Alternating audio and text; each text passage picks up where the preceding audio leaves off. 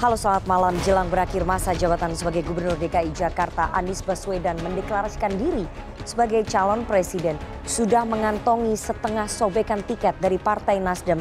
Anies mengungkapkan jalan terjal menatap gelanggang Pilpres 2024. Mulai dari upaya penjegalan lewat kasus hukum Formula E, membangun soliditas rekan koalisi dalam memilih calon wakil presiden, hingga hubungan dengan Presiden Joko Widodo yang kerap kali dianggap berseberangan.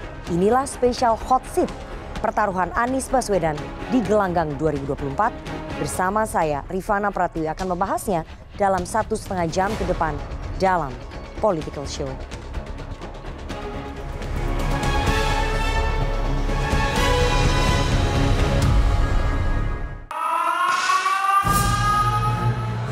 Kami terima, kami siap jalan bersama.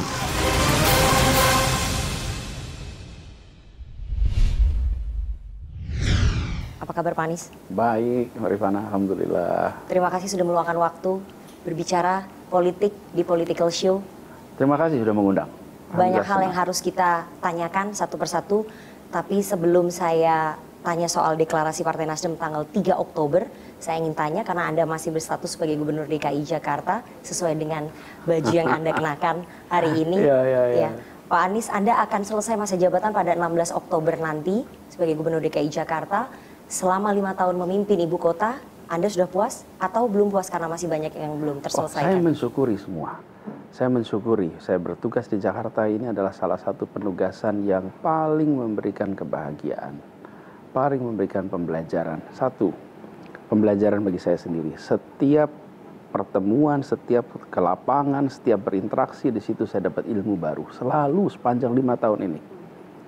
Jadi pembelajaran dari mulai soal batas air di laut yang kita dulu tidak pernah terlibat, sampai persoalan kampung padat kumuh, sampai persoalan penyediaan pasokan pangan untuk 11 juta warga Jakarta, memastikan bahwa harga stabil setiap hari.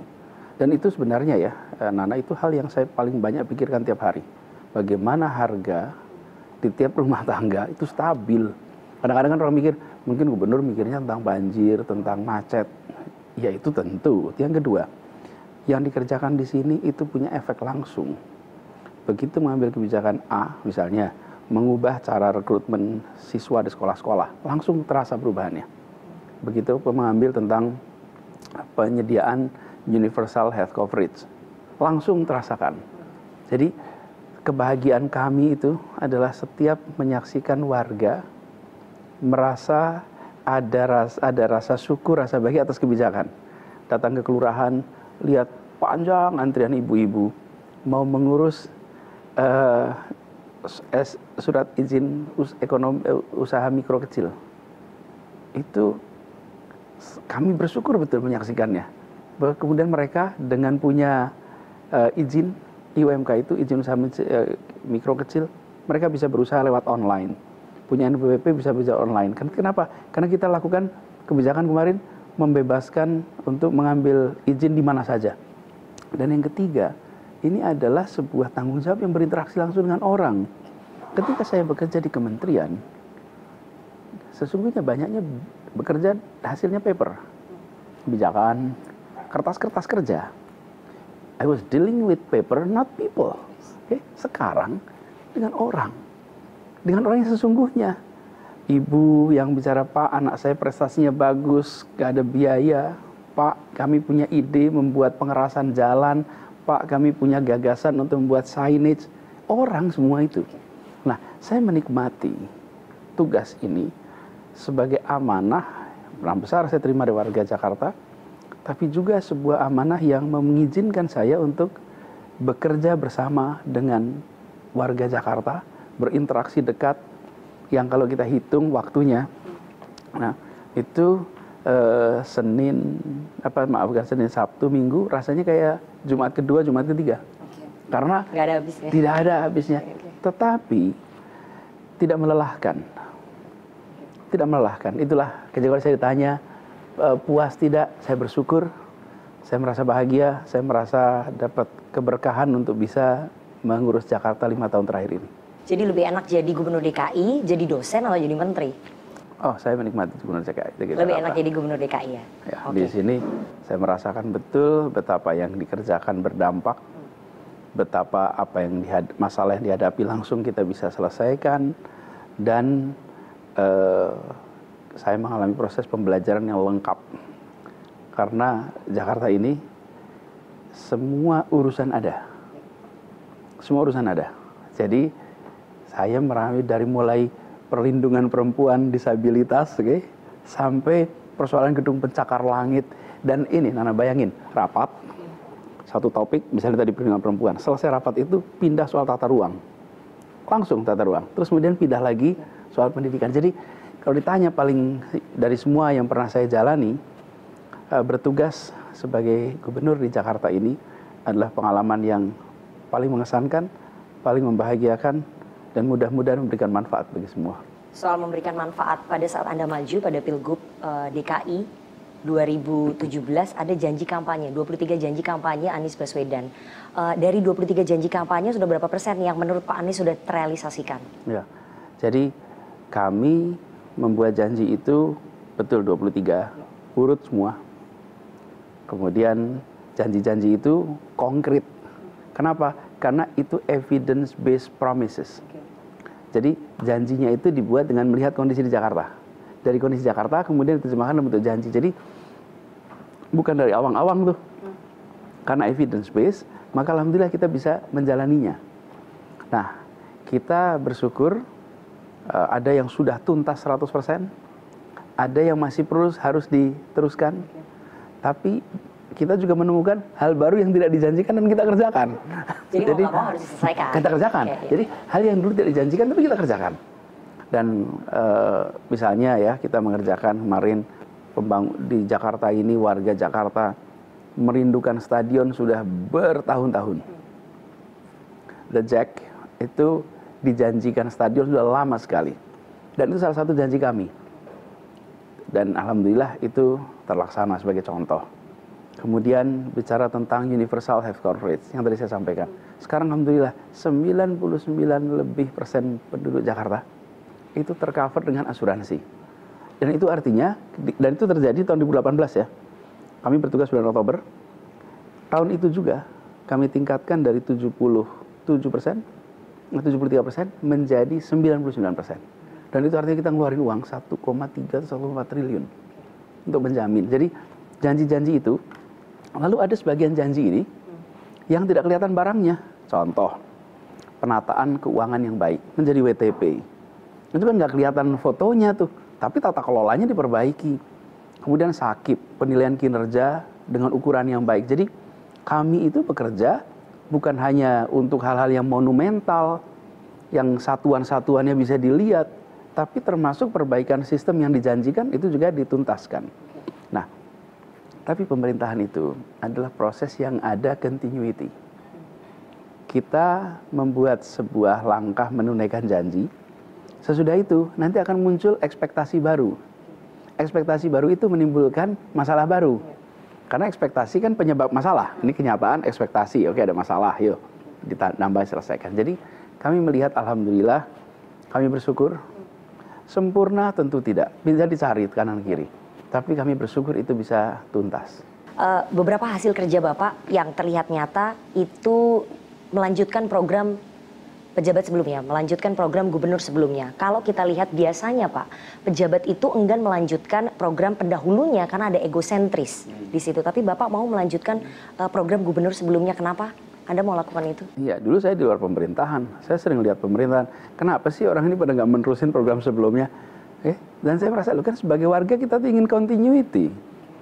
Tentu ada change, apa yang diperbaiki, apa yang dikurangi. Jadi kami ketika mulai bertugas itu, kita bilang, satu, apa yang baik kita teruskan. Apa yang kurang kita tambahkan. Kemudian apa yang dibutuhkan baru, yuk kita buat yang baru. Yang belum ada. Kemudian apa yang merugikan, itu dihentikan. Jadi 4 tuh kriterianya. Jadi Bapak nggak gengsi, mengakui bahwa program pendahulu memang wajib diteruskan misalnya ataupun nih, bagus untuk diteruskan. Contoh ya, kita sekarang membangun namanya sistem Jaklingko nih, menurut sana nih. Jaklingko ini transportasi umum se-Jakarta. Basisnya apa? Basisnya itu adalah namanya BRT, Bus Rapid Transit. Ini adalah busway. Siapa yang mulainya? Pak Sutioso yang mulainya. Kita teruskan, dan kita besarkan ini dengan satu kata kunci, integrasi. Nah, yang dulu nggak ada. Jadi Disempurnakan. itulah yang barunya. Barunya apa? Integrasinya. Dan kalau baca ya, coba baca berita-beritanya waktu Pak Sutioso mulai busway. Itu yang namanya kritik luar biasa. Dulu orang menolak ya. Oh, ngabisin jalannya dipakai untuk busway. Itu yang namanya negatif tuh luar biasa. Jadi saya bekerja untuk warga Jakarta. Bukan bekerja untuk kepentingan saya dan mengurangi kepentingan gubernur sebelumnya, tidak. Ini adalah continuity. Pak Jokowi punya pendekatan untuk bahwa pembangunan pemerintah itu tidak menggusur. Itu Pak Jokowi kerjakan begitu. Dan mungkin ada yang tidak mau meneruskan, kalau saya malah meneruskan pendekatan itu. Pendekatan yang dibuat oleh Pak Jokowi itu yang kemudian kami teruskan. Bagaimana misalnya nih, kita bangun stadion JIS. Sampingnya ada Kampung Bayam. Warganya kemana sekarang? Warganya disiapkan bangunan rumah di samping stadion. Terbayang tidak ada rumah untuk warga yang sosioekonominya itu lemah di samping stadion termahal yang ada di Republik ini. Ya. Oke? Bicara soal pendekatan yang dilakukan oleh Pak Jokowi ataupun program-programnya Pak Jokowi, salah satunya adalah reklamasi. Anda juga melanjutkan itu. Jawaban Anda seperti apa, Mas Anies? Kita justru, ini salah satu janji dalam kampanye kemarin. Janji kampanye kemarin adalah menghentikan reklamasi. Ketika kita melakukan penghentian itu, ramai luar biasa. Kami tunaikan ini sebagai janji. Dan saya sering sampaikan, bukan soal reklamasinya per se. Ya, dari awal saya sampaikan, ini soal bagaimana kegiatan reklamasi itu dilakukan di kawasan yang berupa teluk muaranya sungai-sungai Jakarta.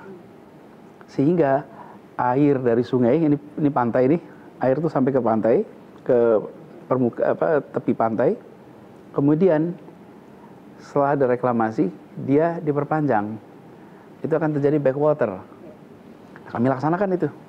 Jadi kita bersyukur bisa melewati itu semua dengan segala macam tantangan hukum yang ada. Dan apa yang kita lakukan ketika kita melaksanakan mengikuti semua ketentuan hukum yang ada. Dari 17 pulau reklamasi di Teluk Jakarta, Anda mencabut 13 pulau, mencabut izin 13 pulau, tapi 4 masih diteruskan karena memang sudah dilakukan pembangunan di sana. Salah satunya adalah Pulau G. Itu Pak Jokowi juga dulu memberikan izin untuk pemukiman dan Anda kemudian melanjutkan dengan mengubah namanya, Pak, perluasan daratan. Ya. Jadi ketika kita memutuskan untuk menghentikan reklamasi ini, ya diingat ya, yang dihentikan itu reklamasi, bukan kegiatan di atas tanahnya. Kadang-kadang kita ini mengasumsikan menghentikan reklamasi itu artinya menghabisi semua bangunan yang ada di situ. Bukan. Yang tidak diteruskan adalah melakukan penambahan daratan itu, berhenti di situ. Yang sudah ada, yaitu dimanfaatkan. Udah jadi itu tanahnya, mau dibongkar lagi, malah justru menimbulkan kerusakan lingkungan yang lebih besar. Dalam semua sifat penuduhan, yang harus membawa bukti adalah yang menuduh, bukan yang dituduh.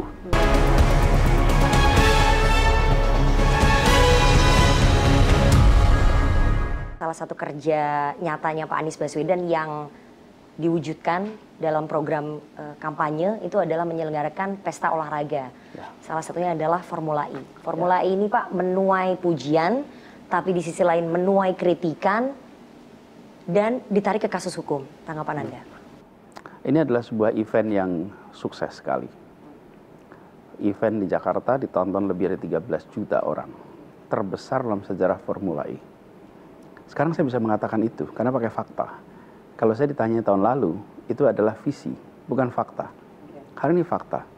Dan fakta juga bahwa perekonomian yang bergerak 2,6 triliun. Itu manfaat yang dirasakan oleh seluruh masyarakat di Jakarta. 2,6 triliun pergerakan perekonomian. Ada hitungannya. Dan ini adalah seperti event-event dunia lain yang kita selenggarakan di Indonesia.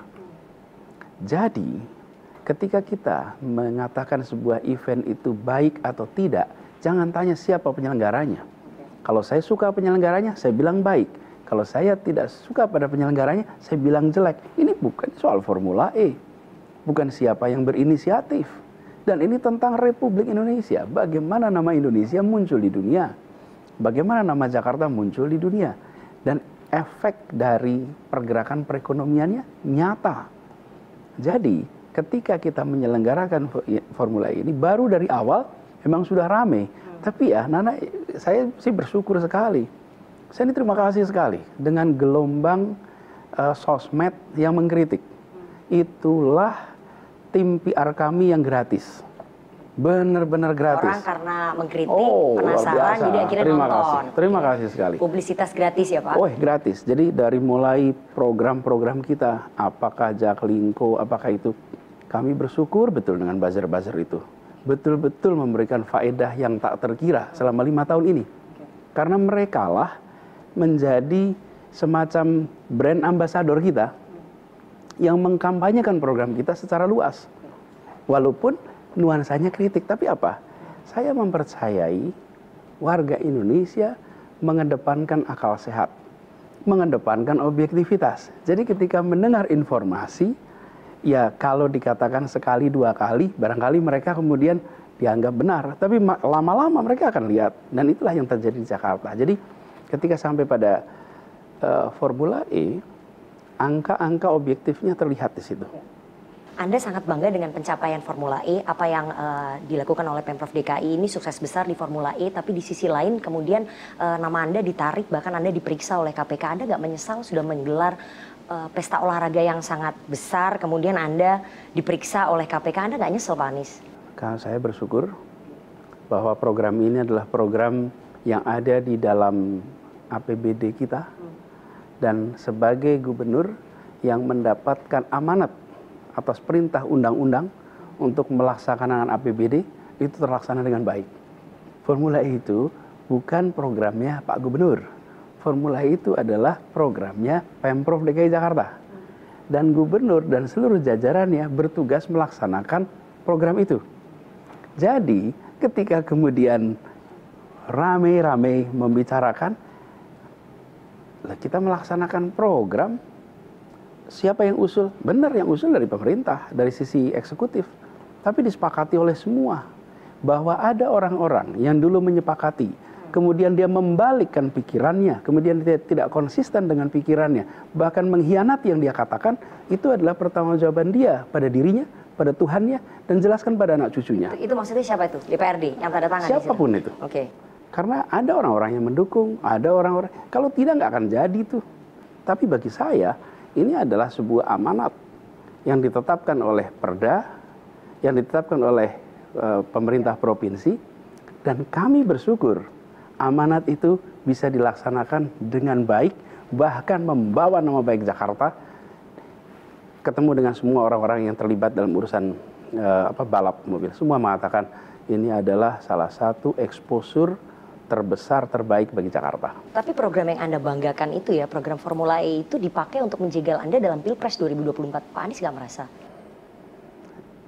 Jegal-menjegal dan lain-lain itu adalah tanggung jawab mereka yang melakukan penjegalan. Bagi penonton silahkan menyaksikan apakah sliding tackle ini adalah fair atau tidak. Saya sih main jalan terus saja. Apa yang saya kerjakan, bismillah, dengan cara yang benar, untuk kebaikan orang banyak. Bila kemudian ada yang tidak setuju, sampaikan, kita siap berdiskusi. Oke? Dan bila kemudian ada yang memutarbalikkan fakta, biarlah waktu nanti membuktikan fakta yang sesungguhnya seperti apa. Dan saya merasa yakin betul bahwa Allah itu maha membimbing. Saya sering sekali, Nana, dalam menjalankan tugas di Jakarta ini, ketemu dengan situasi-situasi yang sangat sulit, situasi-situasi yang seakan jalannya buntu, tapi Allah bukakan jalan keluar. Jadi ketika mendengar tentang apa itu penjegalan, udahlah biar itu urusan mereka.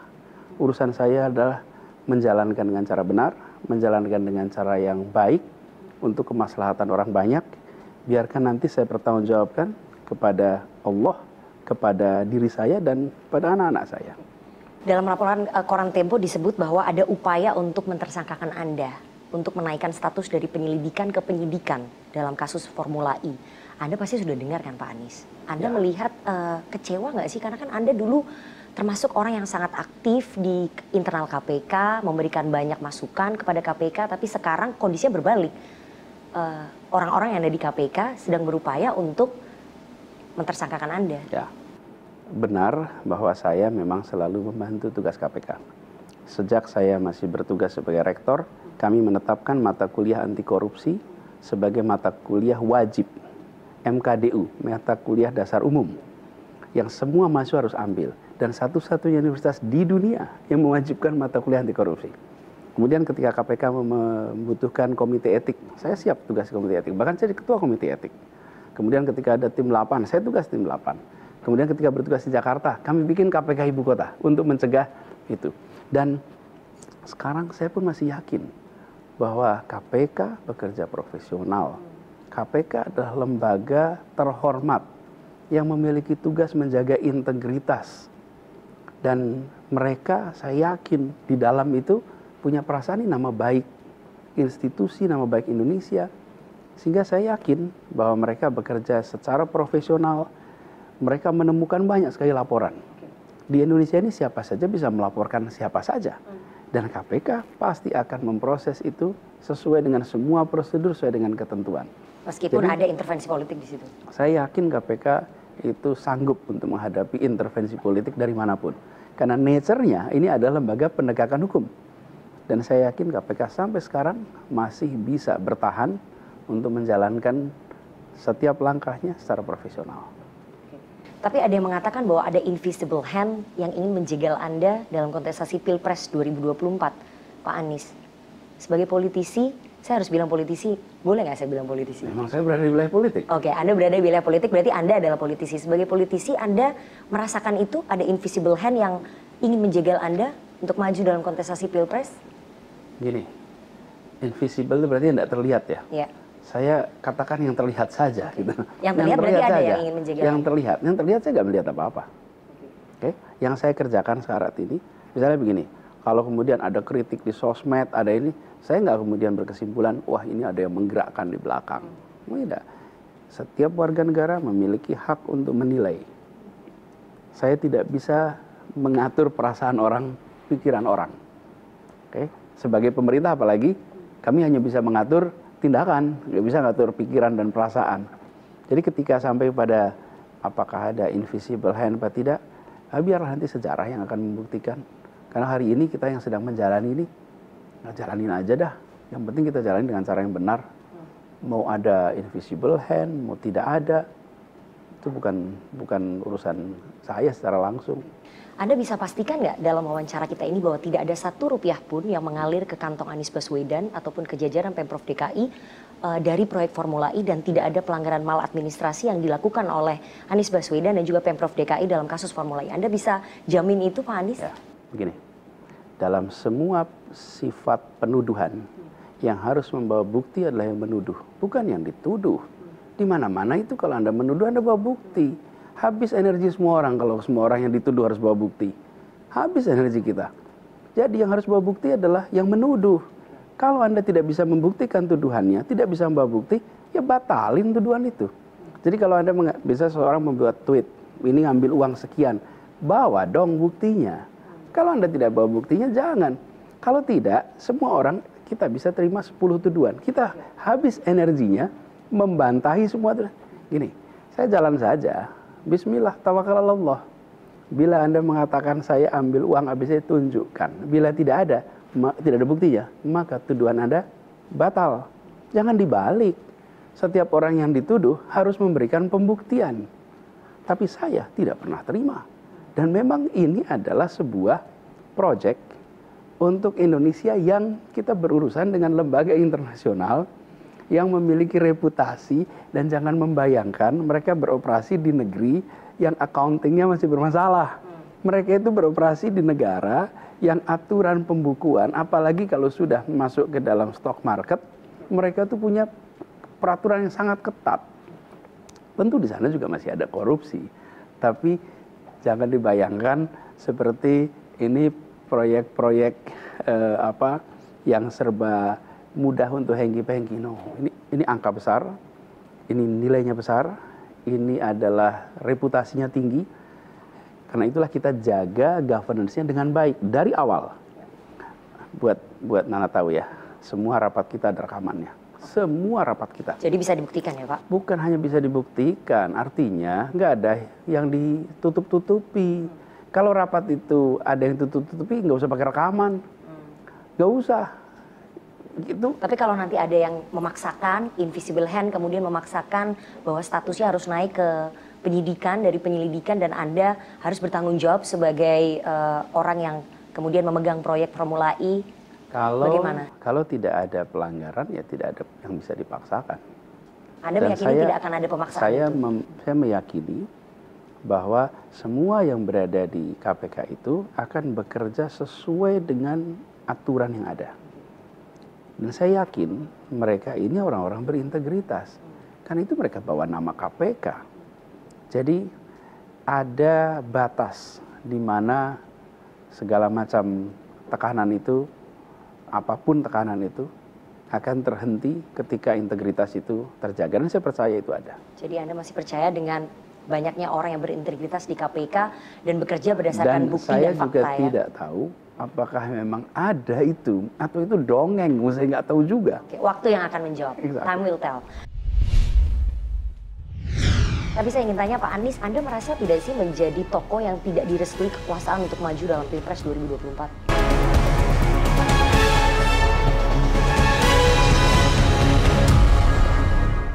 Tapi saya ingin tanya Pak Anies, Anda merasa tidak sih menjadi tokoh yang tidak direstui kekuasaan untuk maju dalam Pilpres 2024? Saya ini baru tadi pagi dicalonkan, ya. Sebelum ini saya bekerja sebagai gubernur. Jadi nanti saya lihat deh hari-hari ke depan seperti apa, kan baru hari ini. Hitungannya baru berapa jam nih. Jadi saya belum tahu temperaturnya seperti apa. Anda sudah siap dengan serangan-serangan politik yang akan datang ke Anda? Setelah dideklarasikan setengah sobekan tiket karena tiketnya belum full. Tadi saya bilang, saya belajar dari sejarah. Memang ada kompetisi yang bebas dari fitnah, bebas dari serangan, bebas. Nggak ada. Jadi nggak usah cengeng juga. Ketika kemudian banyak serangan, ya kok banyak serangan. Memang di mana selama ini? Anda nggak lihat peristiwa di mana? Di seluruh dunia. Di segala zaman. Begitu sampai kepada persoalan seperti sekarang ini namanya kompetisi dan lain pasti ada. Jadi Anda sudah siap? Jadi bukan hanya sudah tinju-tinju politik itu? Ya, siap. Tapi juga sudah tahu dari dulu. Bukan sesuatu yang kayak kita, oh kok ternyata rame ya, ternyata banyak fitnah ya. Selama ini nggak pernah baca apa gitu. Oke, banyak, ada segala macam. Jadi, tapi saya meyakini bila wilayah politik ini yang penuh dengan segala macam tantangannya kita hindari, maka kemajuan akan sulit dialami Republik ini. Saya sampaikan begini, mengapa bila orang bermasalah masuk politik tidak dipermasalahkan?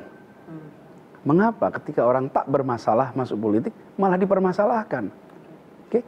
Dan seringkali bayangkan ada orang-orang baik, berprestasi, berkarya baik, mau jadi anggota DPR, kemudian Anda ngapain sih mau jadi anggota DPR? Loh, kita justru butuh orang-orang yang baik, orang-orang yang kompeten, orang berintegritas jadi anggota DPR. Tapi kalau ada orang bermasalah menjadi anggota DPR, ya udah bener biar dia masuk anggota DPR. Lah ya rusak negeri ini. Ketika orang-orang tak bermasalah masuk politik dipermasalahkan, ketika orang-orang bermasalah masuk politik malah tidak dipermasalahkan. Nah, saya memilih untuk ambil tanggung jawab. Ketika ada undangan untuk ikut bertanggung jawab atas perjalanan kota ini, saya bilang siap. Ketika saya ada panggilan untuk ikut bertanggung jawab atas perjalanan negeri ini, saya katakan siap. Bahwa dalam perjalanan itu akan ada tantangan, akan ada segala macam, itu adalah konsekuensi atas sebuah keputusan, dan itu adalah sebuah kenyataan yang akan selalu ada. Justru ujiannya di situ. Bisakah kita menjaga prinsip-prinsip nilai-nilai yang kita yakini? Itulah, dan saya kemarin menjalankan 5 tahun di Jakarta itu menengok ke belakang dengan rasa syukur.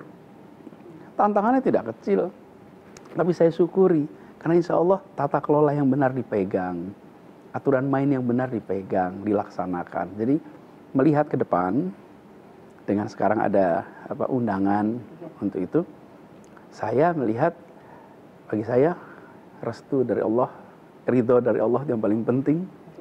Kemudian pemberian manfaat bagi seluruh rakyat adalah yang paling penting. Selebihnya tawakal Allah. Jadi Anda udah siap ya dengan segala risikonya. Pak Andi, saya ingin tanya, banyak yang mengatakan Anda berseberangan dengan kekuasaan. Sebenarnya hubungan Anda dengan Pak Jokowi seperti apa sih? Memang kantornya berseberangan. Satu di Merdeka Selatan, satu di Merdeka Utara. Bukan masalah kantornya, Pak. Masalah dalam beberapa hal banyak berbeda gitu. Berseberangan dengan kekuasaan saya sebut ya. Saya nggak menyebut presiden. Tapi saya ingin tanya hubungan Anda dengan Presiden Jokowi seperti apa? Gini, kami ini bersahabat. Dan kami itu mulai berinteraksi bersama itu sejak tahun 2011. Sebelum beliau menjadi gubernur di Jakarta. Jadi sering bersama-sama dalam berbagai forum. Kemudian kalau ke Solo, waktu itu beliau masih menjadi wali kota. Kita bahkan waktu itu ada Solo Mengajar. Beliau juga ikut memberikan endorsement ketika itu Solo Mengajar. Kami waktu itu Giat Indonesia Mengajar. Jadi perjumpaan, interaksi itu udah panjang. Kemudian beliau bertugas di Jakarta, saya masih di Paramadina. Kemudian ketika beliau maju menjadi calon presiden, beliau menelpon, beliau bicara, mengundang saya untuk menjadi juru bicaranya. Dan sesudah itu menjadi intensif pembicaraan, dan sampai sekarang pun pada waktu-waktu yang diperlukan, yang memang relevan, saya sering datang, kemudian berdiskusi, komunikasi, jalan terus. Jadi tidak ada yang namanya putus komunikasi, dan beliau banyak event-event yang diselenggarakan di Jakarta yang secara khusus juga saya datang, kita diskusi di waktu-waktu itu. Jadi tidak ada barrier di dalam komunikasi, dan saya bersyukur bahwa tim pendamping beliau itu memfasilitasi untuk kita bisa komunikasi terus. Oke, jadi yang bilang bahwa hubungan Pak Anies Baswedan dengan Pak Jokowi itu tidak baik, bahwa Pak Jokowi tidak menginginkan Pak Anies untuk maju dalam kontestasi Pilpres, itu berarti tidak betul ya Pak? Gini, bilang itu bisa bilang apa saja. Ada imajinasi, ada macam-macam tuh. Dan kita ini kadang-kadang ya keterampilan mengarang itu luar biasa hebat. Jadi karangan-karangannya sering tak disertai dengan fakta. Akhirnya karangan betulan gitu. Jadi saya ingin sampaikan bahwa kita alhamdulillah diberikan kesempatan untuk selalu komunikasi, selalu bisa diskusi, nanti akan mempertahankan terus. Baik, yang bilang sebetulnya hubungan antara Pak Anies dengan Pak Jokowi itu unpredictable, tidak ada yang tahu, karena ternyata sering sekali ngobrol-ngobrol tapi tidak ketahuan sama wartawan, itu betul Pak? Gimana itu caranya? Nyampe sih ke kuping kita, tapi itu betul nggak Pak? Pokoknya kita ada komunikasi, kita ada diskusi, gitu aja. Oke. Anda dianggap sebagai representasi perubahan. Anda dianggap sebagai antitesa dari kepemimpinan saat ini. Itu yang mengatakan bukan kami, Pak, tapi masyarakat luas. Banyak yang mengatakan Anda adalah antitesa sosok pemimpin saat ini. Tanggapan Bapak seperti apa? Dalam saya bekerja, apalagi bekerja ke depan, cukup tengok aja yang dikerjakan kemarin. Apa yang Gubernur DKI Jakarta lakukan selama 5 tahun memimpin Jakarta, itulah bahan untuk memprediksi apa yang akan dia kerjakan ke depan. Oke. Tadi kita ngobrol, program-program gubernur sebelumnya diteruskan. Itu artinya kalau dia dapat tugas apapun, maka orang sebelumnya kegiatannya akan diteruskan juga. Jadi maksud saya, tidak ada yang sesungguhnya tesa antitesa. Kita semua ini ketika sudah bertugas akan ketemu dengan kewenangan yang jelas, jumlah anggaran yang ditetapkan, kemudian target pembangunan yang ditetapkan, dan itu harus dilaksanakan. Jadi ketika nanti kita semua ini seperti saya bertugas di Jakarta, begitu saya bertugas di Jakarta, Sudah tidak bicara tentang style dengan gubernur sebelumnya dan lain-lain. Udah bicaranya tentang apa yang dikerjakan sekarang, apa yang memberikan manfaat untuk warga Jakarta. Oke, jadi Anda merasa nggak bahwa ada orang yang kemudian banyak pihak yang berusaha untuk menghadap-hadapkan Anda dengan Pak Jokowi? Anda merasa seperti itu, banyak yang kemudian melakukan itu, berusaha untuk menghadap-hadapkan Anda dengan Pak Jokowi? Gini, saya ini adalah gubernur, Pak Jokowi adalah presiden. Beliau adalah atasan saya. Jadi saya ini bukan orang yang setara. Pak Jokowi itu atasan kami. Dan beliau memberi arahan kepada gubernur. Saya salah satunya. Sehingga di dalam struktur pemerintahan, kami itu mengikuti arahan presiden. Bagaimana mungkin orang bawahan kemudian dibentur-bentur, bawahan itu mengikuti arahan presiden. Presiden mengatakan A, maka kita semua jalankan A. Presiden katakan B, kita semua jalankan B. Meskipun ada perbedaan pendapat. Kalau di pemerintahan itu semua ikut peraturan, semua ikut undang-undang, bukan selera. Ini kan kalau kita tidak di pemerintahan pakai selera. Mungkin karena saya nggak setuju, saya nggak mau ikut gitu. Di pemerintahan itu kalau sudah pemerintah katakan A, contohnya kemarin, Pak Presiden bilang, oke ini sekarang nilai tukar rupiah, resesi dan lain-lain, maka jangan bepergian ke luar negeri. Langsung malamnya kalimat Pak Presiden itu, rekamannya saya pasang, saya minta kepada seluruh jajaran sebarkan ke seluruh masyarakat. Jadi kita ini menjalankan arahan kepala negara, kepala pemerintahan. Jadi janganlah overanalysis seperti itu. Kemudian membuat hal yang tidak ada dikesankan ada. Tidak ada perbedaan dikesankan ada perbedaan. Dan kemudian membuat situasi menjadi muncul persepsi-persepsi yang tidak perlu. Republik ini sedang butuh kita kerja bersama. Republik ini sedang butuh kita saling support, saling topang, bukan saling pangkas, saling jatuhkan, tidak, justru sebaliknya. Dan itulah yang harus dibangun. Pak Surya mengatakan bahwa terserah Anda kalau Anda mau masuk ke partai atau tidak. Pertanyaannya, Anies Baswedan akan masuk partai nggak?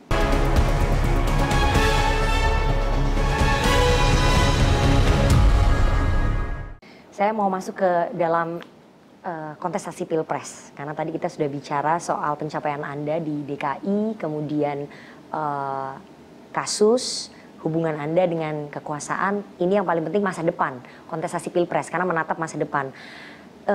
Terus terang kami wartawan kaget Pak, karena tidak ada angin, tidak ada hujan, kemudian kami dapat informasi bahwa Partai Nasdem akan mendeklarasikan Anda menjadi bakal calon presiden tanggal 3 Oktober. Kenapa kemudian berubah dan mendadak sekali, Pak Anies? Mungkin harus dijawabnya sama Nasdem ya, bukan sama saya ya. Saya kan pengantinnya Pak Anies. Iya. Kan proses pengambilan keputusan itu ada di dalam partai. Saya menghormati sekali proses yang terjadi dalam partai politik. Dan saya berkali-kali mengatakan, Pak kapan deklarasi, kapan ini? Saya bilang, saya ini adalah gubernur yang sedang menjalankan tugasnya di Jakarta. Proses politik biarkan berjalan oleh partai. Nah, Partai Nasdem dengan segala macam pertimbangannya memutuskan langkah sekarang. Dan saya sampaikan bahwa dengan rendah hati, dengan rasa hormat, saya sampaikan bismillah, insya Allah amanat ini saya terima dan saya siap jalankan.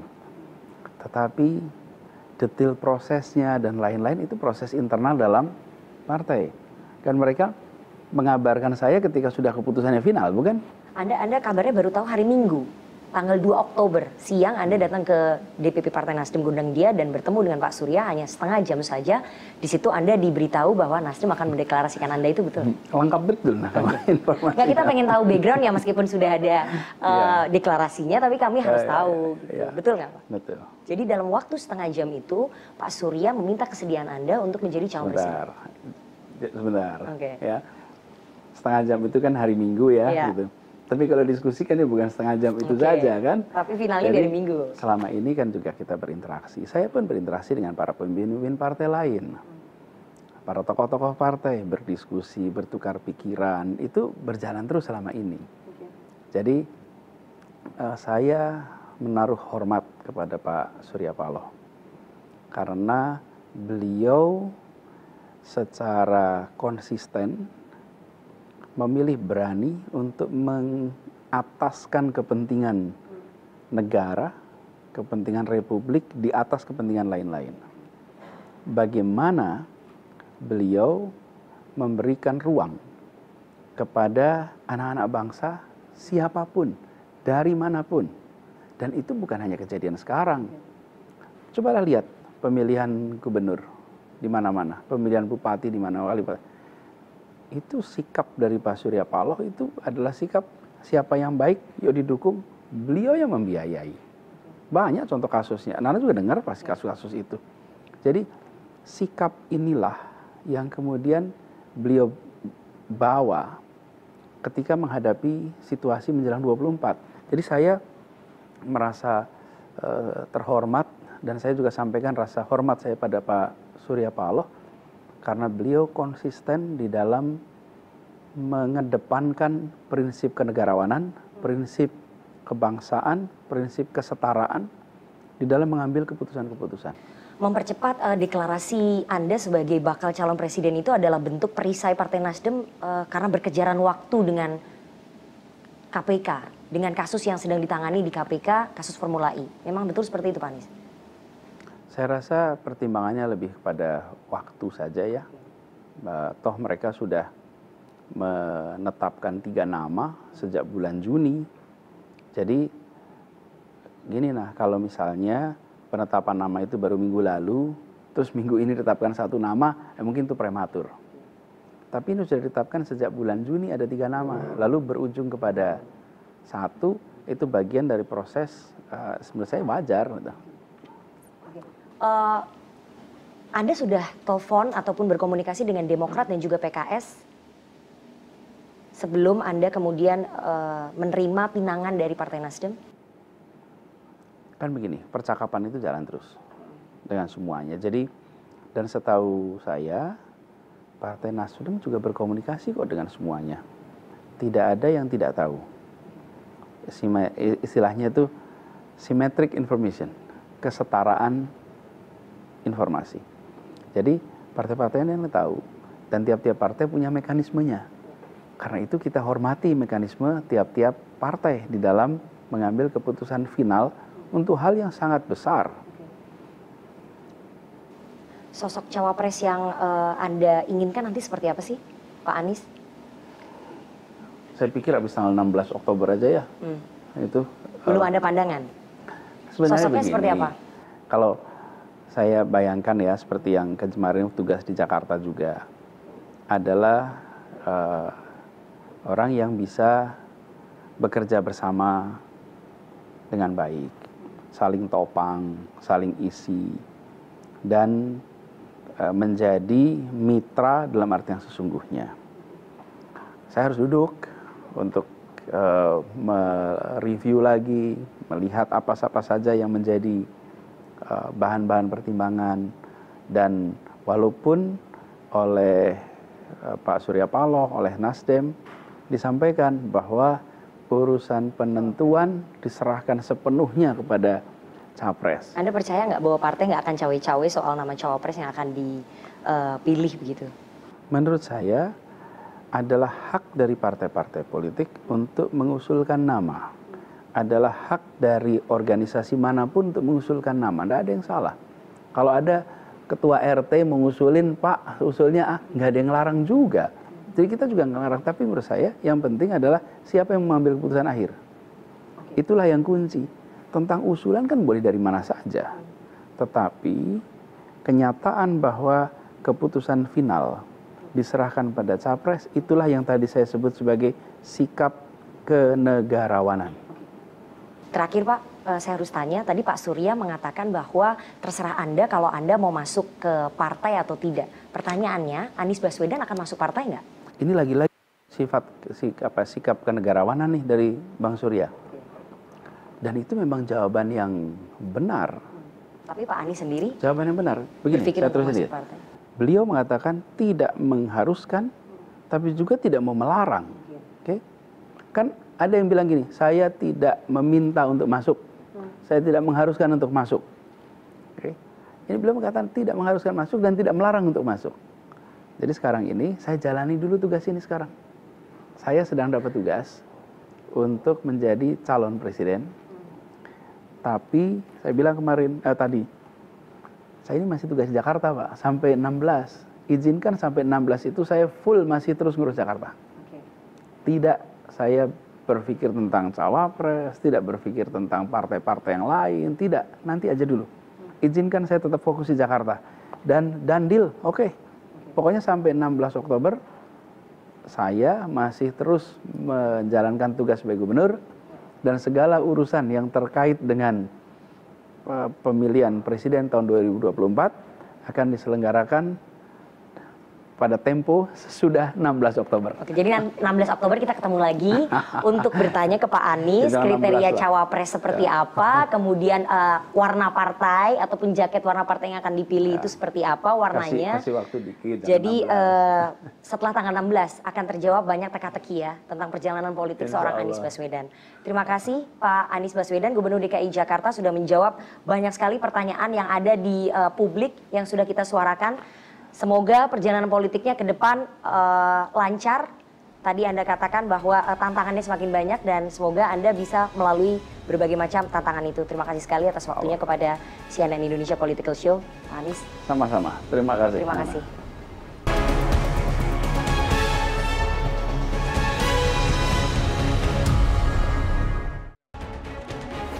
Terima kasih Anda masih menyaksikan Political Show dan kita akan masuk ke segmen Electionpedia. Tapi sebelumnya saya ingin mengenalkan teman-teman dari PB PMII yang sudah bergabung melalui sambungan Zoom. Ini adalah bentuk partisipasi publik yang kita fasilitasi, di mana CNN Indonesia Political Show akan selalu senantiasa melibatkan suara publik ataupun public voice, terutama kalangan milenial yang akan menjadi pemilih terbesar pada pemilu 2024. Jadi di setiap episodenya Political Show kita selalu melibatkan teman-teman mahasiswa, melibatkan teman-teman milenial, dan hari ini ada teman-teman dari PB PMII yang nanti bisa menyatakan pendapatnya ataupun bertanya mungkin dengan para narasumber terkait dengan tadi apa yang sudah kita saksikan bersama. Wawancara spesial, wawancara hot seat dengan Gubernur DKI Jakarta Anies Baswedan. Dan di segmen Electionpedia ini kita akan menganalisis bagaimana hasil survei tentang elektabilitas calon presiden, kemudian tren elektoral dan juga simulasi 3 pasangan calon di Pilpres 2024. Saya sudah bersama dengan Direktur Eksekutif Indikator Politik Indonesia, Mas Burhanuddin Muhtadi. Selamat malam Mas Burhan. Malam, Nana.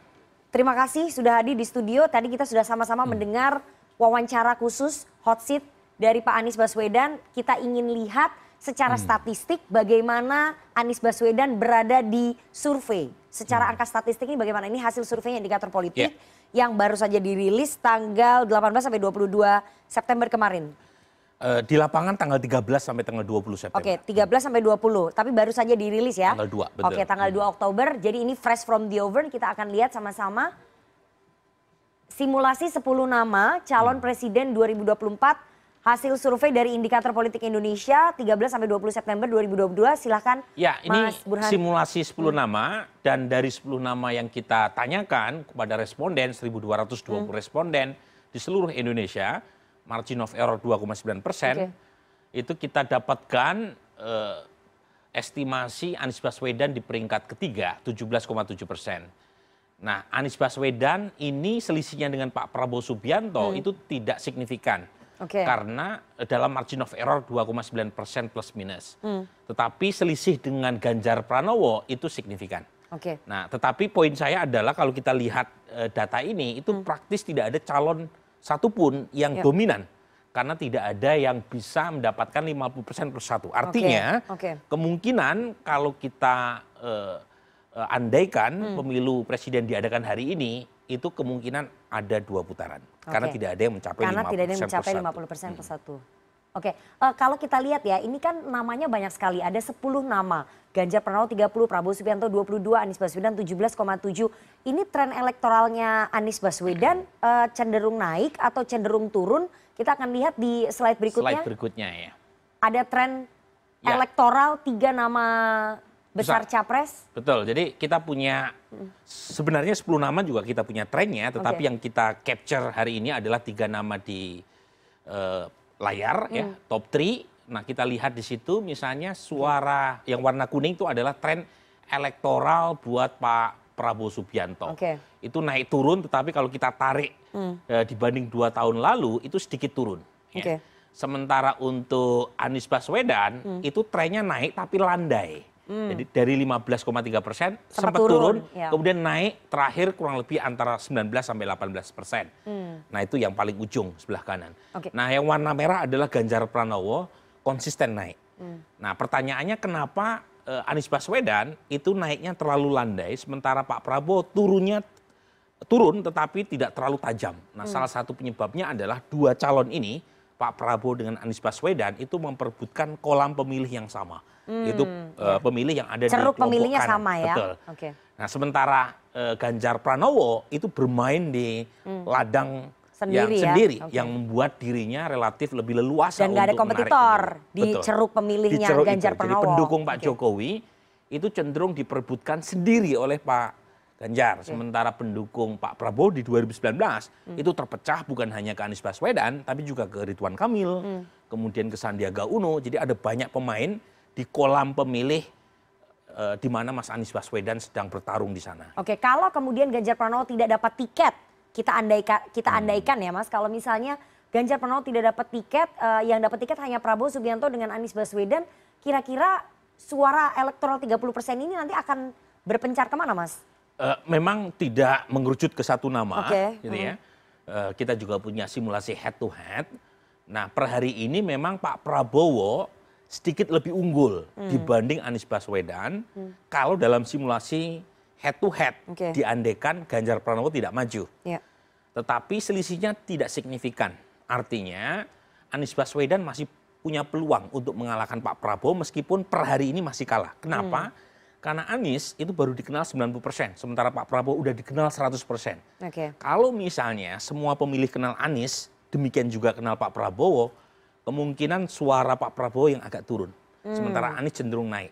Nah, lain cerita kalau lawannya Ganjar. Nah, mungkin jauh lebih kompetitif karena bagaimanapun Ganjar Pranowo tingkat kedikenalannya sekitar 75%. Jadi baru 75% ya, tapi elektoralnya udah 30%. Jadi masih banyak waktu ataupun masih banyak timeline dari 70 ke 100% tingkat popularitinya. Artinya elektoralnya bisa naik juga ya. Betul, karena kan orang nggak mungkin milih kalau nggak kenal. Sementara masih ada 1/4 pemilih Indonesia yang nggak kenal Ganjar Pranowo.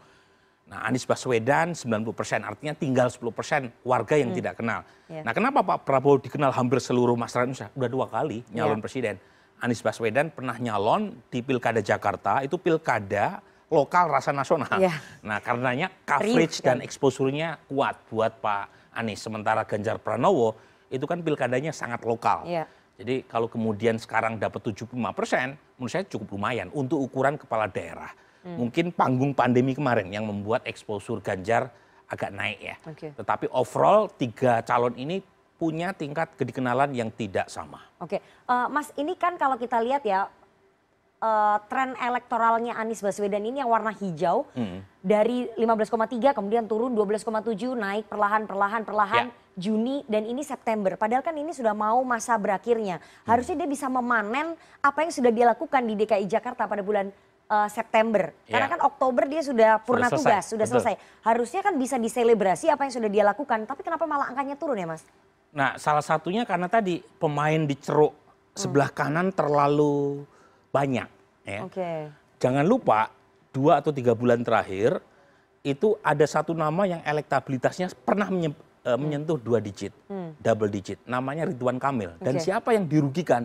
Anies Baswedan dan Pak Prabowo karena mengambil suara di Jawa Barat. Jadi pada dasarnya pendekatan pemilih, mengapa orang memilih calon itu bukan hanya semata-mata karena kinerja.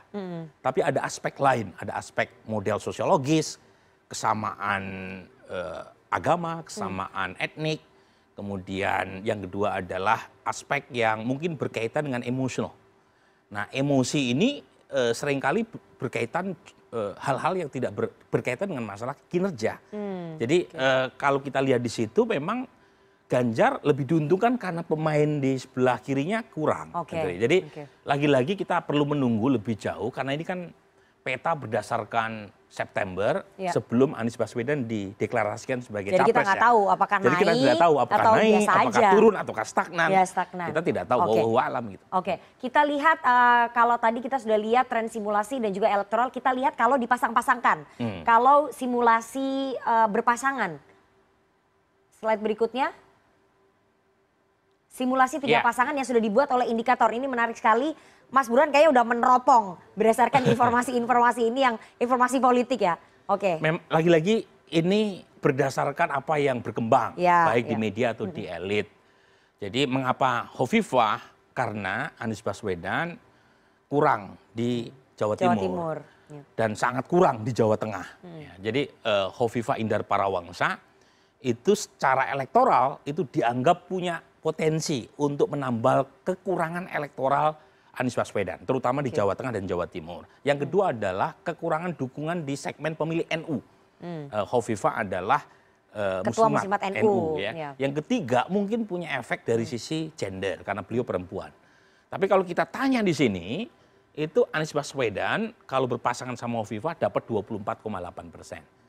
Tapi kalau dia berpasangan sama AHY sedikit lebih tinggi. Nah, salah satu penjelasannya adalah mungkin AHY punya potensi yang lain, misalnya karena dia orang tuanya kan berasal dari Pacitan, Jawa Timur juga. Yang kedua mungkin selama ini orang sudah mendengar nama AHY dipasangkan dengan Anies Baswedan, jadi udah lebih familiar. Tapi kalau kita bandingkan sama yang lain, itu Ganjar Erik paling atas, cuma lagi-lagi tidak mencapai 50%. Jangankan 50%, 40% juga belum Artinya mencapai. Belum sekuat itu ya. Persis. Nah, yang terakhir adalah Pak Prabowo Caimin ya. Meskipun partainya sudah berkoalisi, tetapi kan nama capres-capresnya belum di-mention ya, belum di-announce. Tapi kalau kita simulasikan kedua tokoh partai ini, itu cukup relatif cukup lumayan, tetapi menurut saya ini suara 25,7% lebih banyak ditopang dari Pak Prabowo-nya. Jadi antara Pak Prabowo dengan Anies itu secara statistik tidak signifikan. Jadi kita tidak tahu sebenarnya siapa yang unggul. Jadi ini tipis banget nih antara Anies Hovifah dan Prabowo Muhaimin. Kalau misalnya seperti ini kan artinya tidak ada yang menang satu putaran. Nah pertanyaannya siapa pemenang pertama dan kedua? Pemenang pertama mungkin Ganjar Erik kalau pemilu diadakan hari ini. Tetapi siapa yang mendampingi di putaran kedua? Secara statistik kita tidak tahu apakah Prabowo Caimin atau Anies Hovifah. Nah, itu yang kita pengen tes terus ya untuk melihat efek ke depan. Gitu. Kita akan bahas nanti lebih dalam sekaligus menganalisis apa yang tadi sudah disampaikan oleh Anies Baswedan dalam wawancara khusus bersama dengan Political Show, dan nanti teman-teman mahasiswa juga bisa sama-sama menyatakan pendapatnya ataupun mengomentari begitu ataupun bertanya juga ke Mas Burhan. Tapi kita harus jeda terlebih dahulu, jangan kemana-mana, tetap bersama kami di Political Show.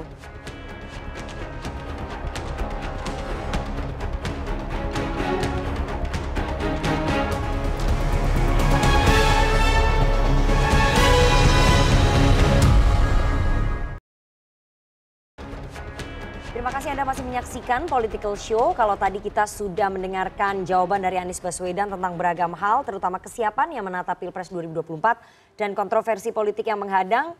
Nah, kita akan mengulas lagi, tadi sudah mengulas elektabilitas, tapi ini mengulas lebih dalam Mas Burhan soal tadi apa yang disampaikan. Tapi sebelumnya saya akan meminta tanggapan dulu dari teman-teman PB PMII.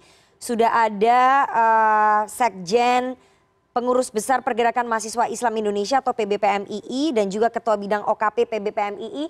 Silakan teman-teman mahasiswa untuk menyampaikan pendapatnya atau mungkin mau tanya sama Mas Burhan. Kalau tadi udah nonton, selamat. Tanggapannya seperti apa? Selamat malam. Salam untuk Kak Burhan. Kak Burhan ini beliau guru saya ya di Padepokan Fisik UIN Jakarta. Senang sekali bertemu di sini. Jadi saya ada dua hal ya yang ingin saya sampaikan.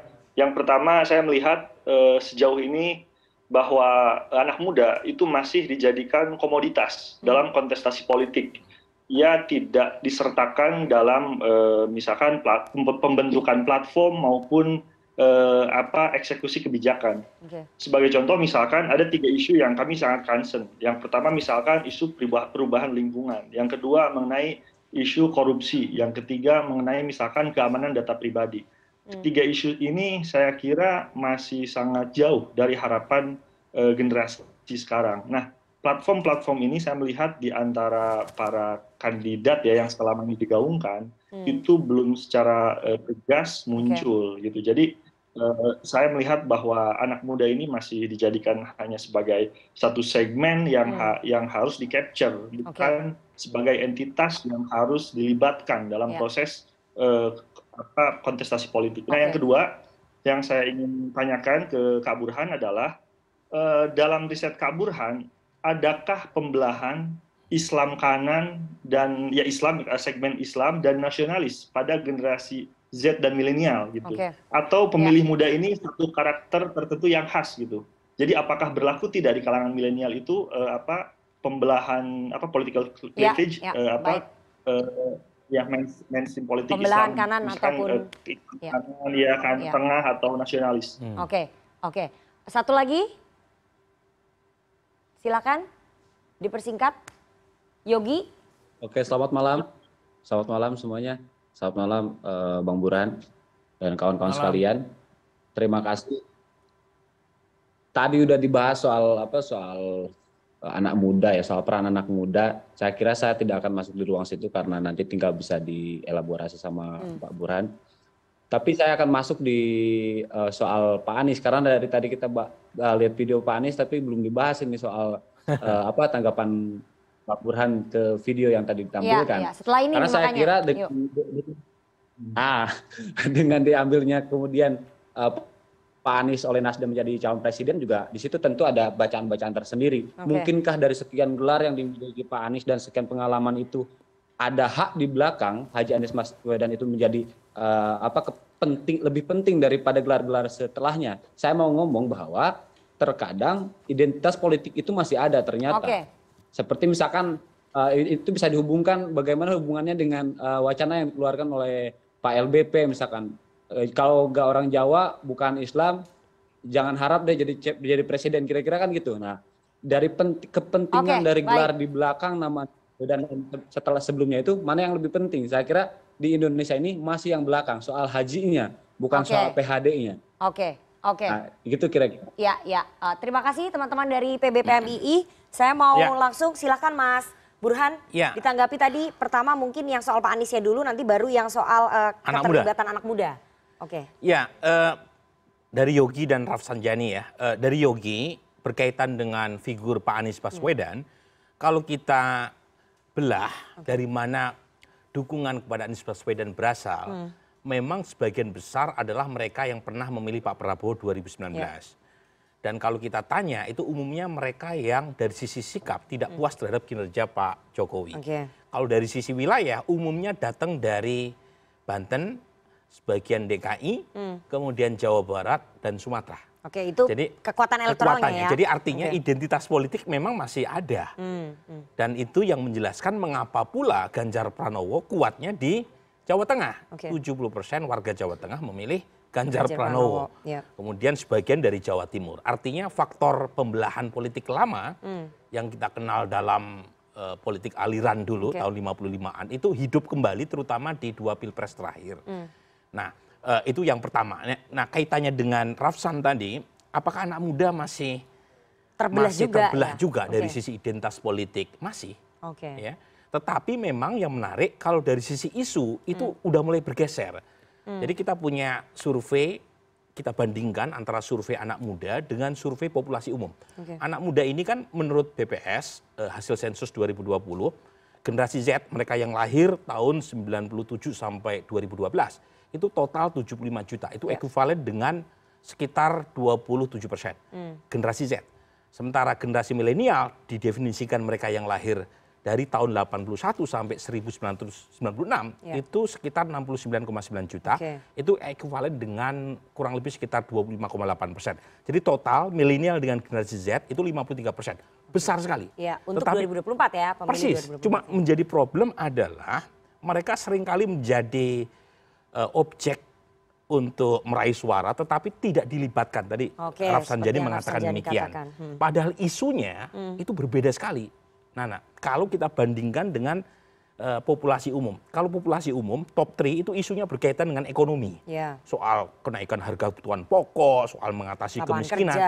Kalau anak muda, kita punya survei 4.040 responden, khusus mereka yang usia 17 sampai 35 tahun, isu yang pertama adalah pemberantasan korupsi. Isu yang penting menurut anak muda yang kedua adalah perubahan iklim. Itu dari Aceh sampai Papua. Dan yang ketiga, itu isu yang berkaitan dengan keamanan data pribadi. Jadi memang isu ini ada disconnect nih antara populasi umum, antara partai politik, antara capres yang umumnya dari generasi baby boomers dengan pemilih yang nanti menjadi mayoritas di 2024. Diskoneksi ini itu harus diatasi, kalau tidak semakin banyak masyarakat terutama generasi muda yang merasa tidak dilibatkan. Dan mereka akibatnya bisa golput. Bisa golput, tidak datang ke TPS, tidak datang memberikan ke TPS. suaranya. Dan kalau misalnya mereka golput, itu bahaya besar. Kenapa? Demokrasi tidak melibatkan segmen pemilih yang jumlahnya mayoritas. Dan kalau misalnya segmen yang besar ini tidak terlibat dalam politik formal, yaitu partisipasi dalam pemilu, maka hasilnya tidak legitimate. Jadi penting untuk melibatkan mereka bukan semata-mata dari statistik bahwa anak muda penting untuk mencoblos, tapi isunya juga harus dilibatkan. Termasuk contohnya adalah jangan sekedar isunya, formatnya juga harus dibikin anak muda. Contoh, kalau debat capres, selama ini kan coba lihat debat capres yang dibikin KPU, itu kan gayanya old fashion banget, old school Sekarang banget. kan sudah boleh nih ke kampus. Itu tapi kan kalau kita lihat itu kan KPU itu selalu menyelenggarakan debat capres yang terlalu memperhitungkan perasaan peserta pemilu. Jadi para capres ini yang dijaga perasaannya. Mereka tidak melihat perasaan pemilih. Harusnya kembalikan aja debat yang betul-betul menarik buat anak muda. Contohnya sama seperti apa? di Amerika Serikat. Nggak usah di Amerika Serikat. Pilkada Jakarta kemarin, menurut saya debat terbaik adalah antara Anies versus Ahok. Jadi kembalikan format seperti itu, tanpa harus pakai format cerdas cermat, buka seluas mungkin sehingga anak muda merasa bahwa politik itu penting dan mereka terlibat dalam politik yang penting itu. Jadi ada pendidikan politik melalui debat itu ya, harus seperti itu ya Mas. Termasuk juga kampanye harus melalui media sosial. Sekarang anak muda kan nggak perlu jauh-jauh datang ke DPR untuk menyuarakan aksi demonstrasinya, bisa lewat sosmed. Nah sekarang kenapa nggak kampanye atau partisipasi politik yang menggunakan teknologi digital, sosial media, sehingga anak muda merasa memang politik sesuatu yang penting buat mereka. Dan karenanya mereka ingin terlibat. Nah itu yang saya kurang. Saya ingin tanya Mas Burhan, ini kan Pak Anies kan tanggal 16 Oktober nanti udah nggak menjabat ya. Kalau menurut Anda bagaimana kemudian dia bisa memaintain elektoralnya? Karena kan susah, tidak ada panggungnya lagi gitu. Dengan dideklarasikan sebagai capres Partai Nasdem, maka ada ruang buat Anies Baswedan untuk keliling dari Aceh sampai Papua atas nama calon presiden Partai Nasdem. Tadi struktur partai, jejaring partai, termasuk juga kalau dia tampil di televisi itu masih ada asosiasi atribusinya, yaitu sebagai capres. Jadi menurut saya sih dia tidak akan kehilangan panggung, apalagi Anies Baswedan figur yang selama ini sangat kreatif ya untuk memanfaatkan panggung apapun dalam rangka menjaga popularitasnya tetap tinggi. Tapi dengan penjegalan yang tadi kan sudah dijawab ya oleh Pak Anies ya, ada upaya penjegalan yang dilakukan oleh Invisible Hand, salah satunya melalui kasus di KPK, kasus Formula E yang sedang ditangani oleh KPK. Seberapa signifikan sebetulnya kalau menurut Mas Burhan itu akan menggerus figur Anies di mata publik? Kan tadi Mas Burhan katakan bahwa pemilih milenial ini sangat penting sekali, pemimpin yang tidak korupsi atau isu korupsi. Tergantung seberapa kuat senjata atau amunisi yang diarahkan ke Anies Baswedan. Apakah amunisi yang dimiliki oleh KPK untuk menembak Anies Baswedan itu peluru berisi ataukah peluru hampa? Kalau misalnya peluru berisi, itu cukup bisa meng-KO-kan Anies Baswedan. Tapi kalau hanya sekedar peluru hampa, saya justru khawatir malah bisa menaikkan elektabilitas Anies Baswedan. Karena Anies kemudian dianggap dizalimi oleh KPK. Tapi kan kita tidak tahu apa yang terjadi di dalam KPK. Ya. Jadi menurut saya lebih baik kita menunggu, dan anak muda saya kira sangat peduli data ketimbang opini. Ya. Opini itu gratis, data atau fakta itu suci, ya, dan karenanya kita tunggu saja apakah peluru yang ditembakkan KPK itu peluru hampa atau peluru yang berisi. Nah untuk itu, jadi dua sisi mata uang ya sebetulnya. Kalau misalnya tidak ada bukti apapun tetapi ditersangkakan, justru malah memicu efek melodramatik ya, seolah-olah Anies yang sedang berusaha maju itu dijegal. Tetapi saya tidak yakin KPK berani melakukan itu. Karena KPK bagaimanapun institusi produk reformasi dan mereka tidak akan gegabah untuk mengeluarkan satu sprindik ya, tanpa diikuti oleh bukti yang kuat. Oke, soal sosok antitesa juga tadi kita tanya kepada Pak Anies Baswedan. Dia tuh dianggap sebagai antitesa dari kepemimpinan saat ini. Berbeda sekali dengan Pak Jokowi gitu. Berarti menurut Mas Burhan dia memang mendapatkan berkah elektoral dari orang-orang yang tidak puas dengan kepemimpinan Pak Jokowi begitu? Datanya begitu ya. Jadi kalau kita lihat berdasarkan sikap politik maupun karakteristik demografi, mereka yang berencana untuk memilih Anies Baswedan jika pemilu diadakan hari ini itu umumnya berasal dari kelompok yang bukan pendukung Pak Jokowi. Dari sisi afiliasi ormas, keagamaan juga berbeda sekali antara profil pendukung Pak Jokowi dengan profil pendukung Pak Anies Baswedan. Jadi saya pernah menulis di ISEAS tentang namanya efek teori pendulum. Jadi dalam sejarah politik kita secara elektoral itu seringkali pemimpin yang muncul itu memiliki image yang kontras dibanding sebelumnya ya. Jadi misalnya setelah Gus Dur yang muncul adalah Ibu Mega. Karena Ibu Mega mungkin dipersepsikan berbeda dengan Gus Dur. Kemudian setelah Ibu Mega yang muncul Pak SBY. Karena mungkin pemilih menganggap silent tidak selamanya golden. Jadi perlu pemimpin yang lebih gagah, artikulat. Muncullah seorang SBY. Tetapi 2 periode kemudian setelah Pak SBY menjadi presiden, itu pemilih membutuhkan seorang pemimpin yang beda sekali dengan karakter Pak SBY yang dianggap mungkin menjaga jarak. Dipilihlah orang yang hands on, yang berasal dari kalangan warga biasa. Datanglah Jokowi. Nah kalau teori pendulum ini berlaku lagi, harusnya yang menang Anies Baswedan. Kenapa? Karena Anies berbeda dengan Pak Jokowi dalam banyak hal. Tetapi survei hari ini kan Anies masih di peringkat ketiga. Artinya teori pendulum per hari ini itu belum sepenuhnya mampu bisa menebak apa yang terjadi 2024. Saya tidak tahu nanti, tetapi per hari ini masih banyak juga orang yang mengharapkan karakteristik seperti Pak Jokowi. Nah itu yang menjelaskan mengapa Ganjar masih di peringkat pertama, meskipun tidak dominan. Ya. Dan tentu nama-nama lain yang masih bekerja ada Mbak Puan, ada Erlangga, ada Ridwan Kamil, ada Erick Thohir, itu kita tunggu juga. Karena Medan masih sangat panjang dan kita masih melihat dinamika elektoral terutama di tingkat massa maupun di tingkat elit. Terakhir Mas Burhan singkat saja, dengan tingkat popularitas yang 90% tapi angka elektoralnya 17%, menurut Anda apakah kemudian akan susah bagi Anies Baswedan untuk mendongkrak elektoralnya dalam waktu yang bersisa ini? Nah lagi-lagi ini kan ibarat tinju, itu peserta atau petinju yang masuk ke ring kan belum jelas. Nah apalagi tadi saya sebut mereka yang berada di sebelah kanan ya itu diperebutkan oleh banyak sekali calon. Jadi kalau sudah ada kepastian siapa yang masuk ke arena tinju itu spotlight lebih jelas. Nah masalahnya belum jelas nih siapa yang masuk ke ring. Semuanya masih di ruang ring.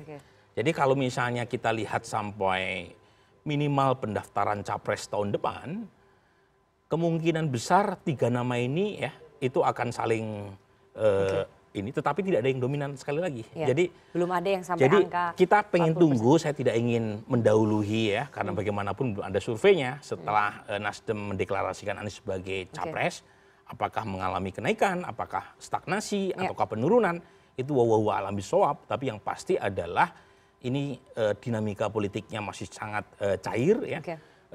Kemudian juga masih sangat terbuka, munculnya kejutan, terutama keputusan partai-partai. Ini kan yang menarik Nana, ada koalisi partai, KIB, Golkar, P3 PAN, sudah memenuhi syarat presidensial threshold, tapi capres-capresnya nggak ada. Belum ada, jadi nggak ada perkataan. Ada Nasdem yang udah mendeklarasikan Anies, tetapi nggak cukup kursinya, masih menunggu apakah ada pinangan dari partai lain. Kemudian ada Gerindra juga, udah memutuskan seorang Prabowo, tetapi juga Gerindra tidak cukup. Ada PDI Perjuangan yang sudah punya tiket sendiri, tetapi calonnya belum jelas. Jadi semua masih tidak jelas dan karenanya kita harus lebih sabar menunggu, benefit of the doubt ya harus kita pakai supaya kita bisa lebih adil dalam menilai siapa yang potensial didukung oleh publik. Jadi kita harus tunggu berarti ya sampai nanti jelang pendaftaran Capres Oktober 2023. Tapi mungkin tahun depan sudah lebih hangat lagi, lebih panas lagi. Dan setelah ini kita akan saksikan penampilan dari komika Gianluigi untuk memeriahkan suasana. Jangan kemana-mana, tetap bersama kami di Political Show.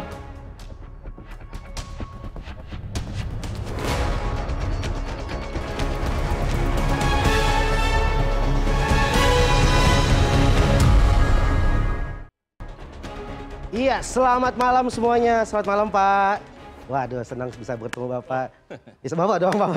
Satu-satunya cowok di sini Bapak. Hari ini agak sepi, hari ini lebih bebannya, pressure-nya lebih rendah hari ini. Pressure-nya lebih rendah. Betul, Pak. Betul. Pakai durasi silakan. Iya, betul. Selamat malam juga yang ada di rumah masing-masing itu, dan pastinya buat penonton semuanya. Saya Gian dari komisi, Pak. Biasanya yang saya tampil di sini itu berdua, Pak. Ada rekan saya namanya Aldo. Tapi 2 minggu lalu pas kami stand up di sini itu narasumbernya Bang Adian Apitupulu. Dan sepanjang kami stand up, Bang Adian melototin kami. Kayak mau nendang penalti, Bang. Maksudnya gara-gara itu rekan saya Aldo itu jadi nggak berhenti stand up sekarang. Gara-gara ditetap Bang Adian, rekan saya Aldo berhenti stand up. Sekarang Aldo fokus bisnis PCR. Itu pun saya bilang, Do jangan bisnis PCR. Kenapa Bang? Udah ada yang punya lahannya. Ya udah IKTP, udah ketangkap koruptornya. Dan hari ini saya teringat bahwa dulu zaman saya kuliah, saya itu suka disama-samakan dengan Pak Surya Paloh. Gara-gara saya brewokan, Pak. Tapi bagi saya nggak pantas mirip dengan Pak Surya Paloh karena kinerja dan jejaknya itu bagus banget Pak Surya Paloh. Dan ada satu yang saya nggak punya dari Pak Surya Paloh, itu adalah berani. Pak Surya Paloh tuh orangnya berani. Buktinya berani-beraninya dia deklarasi capres pada saat Indonesia berduka. Itu keberaniannya Pak. Keberaniannya Pak Surya Paloh itu. Dan yang dideklarasi Pak Anies. Saya nggak punya masalah dengan Pak Anies. Nih buat Pak Anies yang nonton di rumah, Bapak pasti ingat momen ini. 2013 Pak Anies bikin program turun tangan. Dia roadshow ke kota-kota termasuk kota Bandung. Dan di acara turun tangan tersebut ada acara stand up-nya. Dan yang stand up adalah saya. Jadi saya adalah saksi sejarah karir politik Pak Anies. Dan pada waktu itu saya puji-puji Pak. Saya bilang, masalah di Indonesia ini sangat banyak. Tapi para pemimpin angkat tangan. Cuman Pak Anies yang turun tangan. Dan saat Pak Anies turun tangan, masalah hilang. Terbukti 2014 dia menjabat jadi Menteri Pendidikan. Banyak masalah di pendidikan Indonesia. Pak Anies turun tangan. Permasalahannya, masalahnya nggak hilang, jabatannya yang hilang. Tapi juga gini, bagi saya 2014 jadi menteri cuma 2 tahun, habis itu naik jadi gubernur. Wih, saya respect jadi gubernur. Karena pada waktu Pak Anies jadi gubernur, saya ingat banget, Pak Anies ini bikin tim jumlahnya sangat banyak. Hampir sama jumlahnya dengan tim kepresidenan. Ini saya salut dengan Pak Anies, orangnya visioner. Semenjak dia jadi gubernur, Pak Anies udah JR jadi presiden. Timnya cukup banyak. Kalau nggak salah timnya ada beberapa, ada tim transisi, tim percepatan, dan tim yang nutupin keberhasilan Pak Ahok. Itu ada timnya tuh. Tapi bagi saya, Pak Anies ini agak susah jadi presiden karena stigma masyarakat di Indonesia adalah presiden tuh harus punya keturunan Jawa. Seperti kita lihat perawakan Pak Anies kan kurang Jawa. Tapi Pak Anies ini punya keturunan Jawa kalau saya baca. Bahkan sekarang dia lagi menunjukkan bahwa dia orang Jawa. Makanya Pak Anies suka bikin pegelaran perwayangan di balai kota. Tapi maaf Pak Anies, nggak semua usaha kita berhasil. Apalagi kalau masalah perawakan, Pak Anies berusaha jadi orang Jawa tapi perawakan Arab agak susah. Sama kayak saya. Saya ini perawakan Ambon. Tapi Pak, sumpah demi Tuhan nih, saya di sini sumpah demi Tuhan. Kakek saya ada keturunan Tionghoanya. Nggak percaya kan? Enggak. Saya juga nggak percaya Pak. Saya juga nggak percaya. Kakek saya ada keturunan Tionghoanya. Sekuat tenaga saya bilang saya orang Tionghoa, pasti orang nggak percaya. Lebih mirip orang Ambon karena emang orang Ambon. Mau saya bilang nama saya Lee Gian Kok, orang lebih percaya Dominikus. Nggak bakal ada yang percaya bilang saya orang Tionghoa gitu loh. Dan salah satu permasalahannya adalah juga Pak Anies ini ada beberapa orang yang nggak suka sama Pak Anies, suka ganggu-ganggu kerjanya Pak Anies. Ya kita sebut aja Mas Giring ya. Mas Giring ini apapun yang dilakukan oleh Pak Anies masuk terus. Kemarin Nasdem deklarasi Pak Anies. Wih, Mas Giring langsung nge-tweet. Inti tweetnya gini, kok bisa-bisanya di saat Indonesia berduka, ada yang deklarasi calon presiden. Saya respect sama Mas Giring, respect Mas. Nggak sampai 24 jam, PSI deklarasi Pak Ganjar. Lucu sekali negara ini. Saran saya buat buat Mas Giring coba cek grup WhatsApp-nya PSI. Mungkin ada grup WhatsApp yang tanpa Mas Giring ya. Kok bisa ketum sama partai gak koordinasi? Itu gimana ceritanya? Mungkin yang sebel bukan masyarakat Indonesia, tapi kader PSI juga ya Mas ya. Tapi kalau dilihat-lihat kok bisa Mas Giring itu sebel sama Pak Anies? Asa awal mulanya gimana sih bisa kesel, bisa sebel? Saya curiga ini bermula dari Mas Giring masih vokalis Niji. Mungkin bermula dari sini. Pak Anies pernah datang konser tapi nggak hafal lagu. Atau mungkin Pak Anies pernah datang konsernya Niji tapi pakai tiket jebolan. Atau mungkin yang ketiga nih, paling make sense. Pak Anies datang ke konsernya Niji tapi bawa bendera slang. Nah itu yang bikin kesel tuh, yang bikin kesel. Nah yang terakhir nih. Pesan saya buat Pak Anies cuma satu. Pejabat itu minimal punya 3 kriteria, kinerja bagus, dicintain masyarakat, dan komunikasinya baik. Walaupun semua pemimpin tidak bisa punya 3-tiganya, harus 2 dari 3. Contohnya ada yang 1, kinerjanya bagus, komunikasinya baik, tapi nggak terlalu dicintain masyarakat. Jadi apa-apa salah rezim, itu mungkin Pak Jokowi. Ada yang kinerjanya bagus, dicintain masyarakat, tapi mungkin komunikasinya tidak lancar ke masyarakat, tidak 2 arah. Jadi kalau misalnya ada masalah, masyarakat nggak bisa protes, itu mungkin Pak Harto. Dan yang ketiga adalah dicintain masyarakat, komunikasinya baik, tapi mungkin kinerjanya agak kurang. Jadi kalau ada masalah tidak diselesaikan dengan solusi, tapi diselesaikan dengan kata-kata puitis. Itu mungkin Pak Anies. Jadi saran saya, Pak Anies kalau pengen maju ke presiden, masyarakat nggak butuh kata-kata manis, tapi butuh kerja nyata dari Pak Anies. Saya Gian, terima kasih. Thank you. Terima kasih sekali penampilan dari Gian Komisi.co sudah memberikan kritikan-kritikan pedas, tapi jangan baper. Politisi nggak boleh baper ya. Jangan disomasi. Jangan disomasi. Oke, habis ini hati-hati pulang Gian. Terima kasih sekali Gian dari Komisi.co. Terima kasih juga Mas Burhanuddin Muhtadi, Direktur Eksekutif dari Indikator Politik Indonesia, dan juga teman-teman dari PBPMII. Dan demikian Political Show minggu ini. Saya Rifana Pratiwi pamit. Saat malam, sampai jumpa di episode berikutnya. Oke.